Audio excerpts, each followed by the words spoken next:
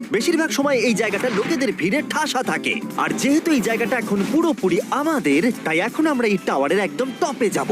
আমি কথা বলছি একদম টপের। বয়েজ, অনেক মজা হয়েছে, এবার সামনের দিকে এগোনো যাক। কিছুটা যাওয়ার পর আমরা থামলাম ফার্স্ট ফ্লোরে, যেটা 187 ফিট ওপরে, যেখানে আমাদের জন্য অপেক্ষা করছিল ওয়ার্ল্ড ক্লাস রেস্টুরেন্ট। এই পুরো আইফেল টাওয়ারটা ভাড়া নেওয়া সত্ত্বেও ওরা আমাদের রেস্টুরেন্টের একটা কোণেই বসতে দেবে।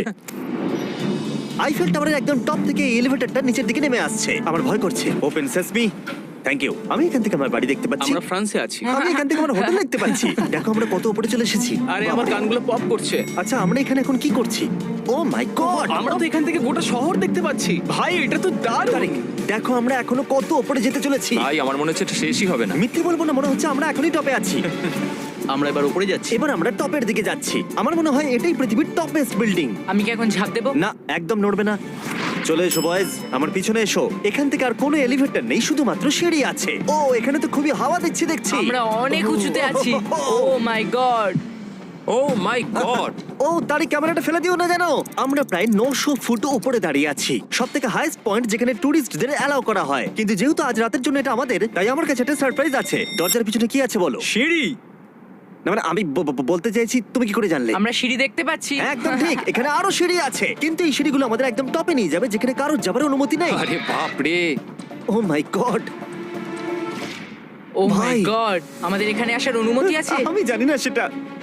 ও, এটা ভয় পাই দিয়েছে। এখানে রেলিংটা তো আমার মাত্র কোমর অবধি। আমি এটা ধরে আছি আমার প্রাণ বাঁচাতে। আমি এখন বুঝতে পারলাম যে ট্যুরিস্টদের কেন এখানে আসতে দেয় না। একজন নিচে দাঁড়িয়ে থাকা ক্যামেরাম্যান আমাদেরকে জুম করে ক্যাপচার করবে। ও 1 মাইল দূরে আছে। যদি এই লেন্সটা খুবই ভালো হয় তাহলে তোমরা দেখতে পাবে আমরা হাত নাড়াচ্ছি। তোমাদের মানতেই হবে এই $50,000 ভ্যাকেশনটা দুর্দান্ত ছিল। এটা দুর্দান্ত। এটা আমার লাইফ টাইম এক্সপিরিয়েন্স। তোমরা কি তৈরি একটা দারুণ জিনিস দেখার জন্য? আমি জানি না একজন ইউটিউবার এত কোনো পাওয়ার পায়, কিন্তু লাইটস! ও, এবার দেখো, মনে হচ্ছে কোনো ডিস্কো শো। কি দারুণ। গাইজ, আমি জানি না নেক্সট কমেন্টে কাজ করবে কিনা, কিন্তু সব লাইটগুলো অফ করে দাও।